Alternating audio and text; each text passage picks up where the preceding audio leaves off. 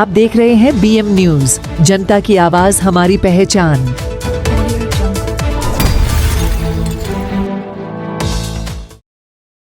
शाहरुख उर्फ अट्टी रहीम की ही एनकाउंटर में मौत। पुणे पुलिस के मुताबिक शाहरुख के खिलाफ murder, extraction, illegal position of weapon सहित कई सीरियस क्राइम रजिस्टर्ड थे। पुणे क्राइम ब्रांच को टिप मिली थी कि वो सोलापुर के करीब लंबोटी गांव में अपने रिलेटिव्स के यहाँ छुपा हुआ है, लेकिन जब पुलिस वहां पहुंची तो उसने पुलिस पर अपनी पिस्टल से फायरिंग शुरू कर दी, जिसके बाद एनकाउंटर में उसकी मौत हो गई। शाहरुख की पत्नी का कहना है शाहरुख ने गोलीबारी नहीं की थी, बल्कि पुलिस ने ही उस पर 4 गोलियां चलाकर उसका एनकाउंटर कर दिया। टीवी वाले डायरेक्ट दरवाजे ठोके और मेरी भाभी को उनको पिस्टल लगाए सर पे और उनको बोले कि दरवाजे खोलो। उन्होंने दरवाजे खोले, उन लोग ने डायरेक्ट फायरिंग चालू करे। मेरे आदमी उठने तक उन लोग ने फायरिंग चालू करे, 4 गोली मारे, उनको नीचे गिरे डायरेक्ट। मेरे को भी बाल पकड़ के खींच के उधर ढकला पुलिस वाले ने। 10-15 जन थे, पूरे डीबी वाले थे। वो सब पहचानती मैं उनको, सबको भी देख ही लिया मैंने। नहीं, उन्होंने नहीं किए सर, वो तो सोए हुए थे। वो डायरेक्ट इन्होंने पहले दरवाजे खोले, बराबर ये बोले कि अंदर मत आओ, अंदर मत आओ, ऐसे बोलने तक डायरेक्ट वो पुलिस वाले ने उनको पहले गोली मारा पैर पे, वो गिरे नीचे। फिर उसके बाद में उन्होंने पिस्टल उठाने तक के पुलिस वाले ने सीने में गोली मारा। उनके पास पिस्टल थे? हाँ, उनके पास थी पिस्टल, पर उन्होंने चलाई नहीं। उन लोग ने डायरेक्ट क्या करे, गोली पहला इन्होंने मारे पुलिस वाले ने, वो नीचे गिर गए थे। हाँ, ले थी पापा उनके पास, पर उन्होंने चलाई नहीं, इन्होंने पहला गोली चलाए। कितने दिन से आप वहाँ पे रह रहे हैं? 10-15 दिन ही हुआ हम लोग वहाँ पे थे। और मतलब उनका रवैया अभी कैसे था? नहीं, अभी पूरा अच्छे से रह रहे थे, सुधर गए थे। उन्होंने वो दारू से पीते थे, लेकिन उन्होंने सब बंद करे, नशा पानी है डर के वजह से। बोले कि घर वालों को तकलीफ होती बोल के उन्होंने सब गुनहगारी छोड़े थे। 1-1.5 साल हो रहा, पर ये पुलिस वाले तकलीफ दे रहे थे उनको वहाँ पे भी, इसके लिए वो यहाँ पे आए, बोले घर वालों को तकलीफ होगी इसके लिए। आप बोल रहे हैं कि गुनाह छोड़ दिया, तो उनकी तरफ से गुनाह दाखिल हुआ, उसका क्या? वो जबरदस्ती उन्होंने गुनाह दाखिल करे, हमारे सामने की बात है। मेरे घर में थे उस दिन, मेरे हस्बैंड मेरे सामने, उनके दोस्त को पहले उठा के लेके गए थे। और उन्होंने क्या करे, दोस्त को उठा के लेके गए बोल के देखने के लिए वो गए, तो उन्होंने डायरेक्ट उनको उनका नाम भी वो केस में डाले और उसको उठा के लेके गए और इनको इनके पीछे लगे। उसके बाद में वो टीपू भाई को भी लेके गए और उनके मौके में भी इनका नाम डाले। वो तो मेरे साथ में थे, अभी तक भी साथ में से, दिन भर घर में रहते थे, किधर नहीं जाते थे, तभी भी उन्होंने नाम डाले उनका वो केस में, न्यूज भी छोड़े उनके नाम की उन्होंने। अभी क्या मांगे आपकी? नहीं, मेरे को मेरा हस्बैंड चाहिए, मेरे को मेरा आदमी मांगता, मैं मेरे को मिलने का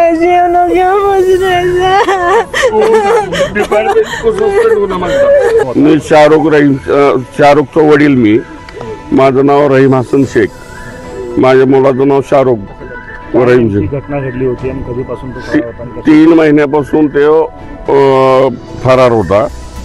3 महिन्यापूर्वी तिनं शब्बीर इनामदार म्हणून आहे, तिच्यावर बांबून मारामारी झाली। तिच्यात ही 3 महिन्यापासून तिला नुसतं पळवते। 3 महिन्यापासून ती इकडं भटक तिकडं भटक।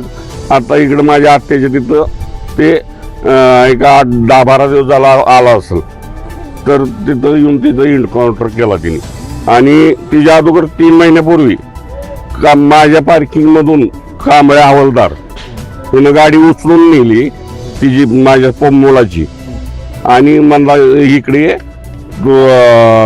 म्हणला तुझ्या गाडीची नंबर प्लेट नाही, गाडी चोरीची आहे। तर मी गाडीचे पेपर वगैरे घेऊन मी बी स्वतः गेलो, माझ्या मुलाला मी घेऊन गेलो।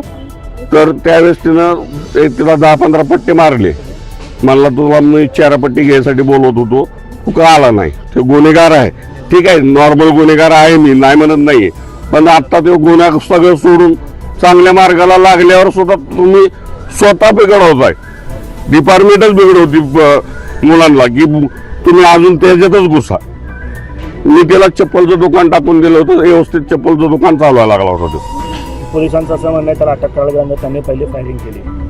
आता काय मला आत्ताची पोझिशन काय झालेली ती मला स्वतः माहित नाही। मी पुण्याला राहतोय, मी पुण्यावरून आता आलोय। तिची बायको होती इथं, तर तिच्या बायकोला माहित आहे। तुमचं काय म्हणणं आहे पोलिसांना? असं काय मी पोलिस फक्त पैसे खायसाठी सगळं यांचं काम चालू आहे। यांना या केसमध्ये आहे ना, कमीत कमी 1 करोड रुपये छापलेत। तिथून ही टिपू पटांची वरात काढली, ही जी वरात काढ, ती जी वरात काढ.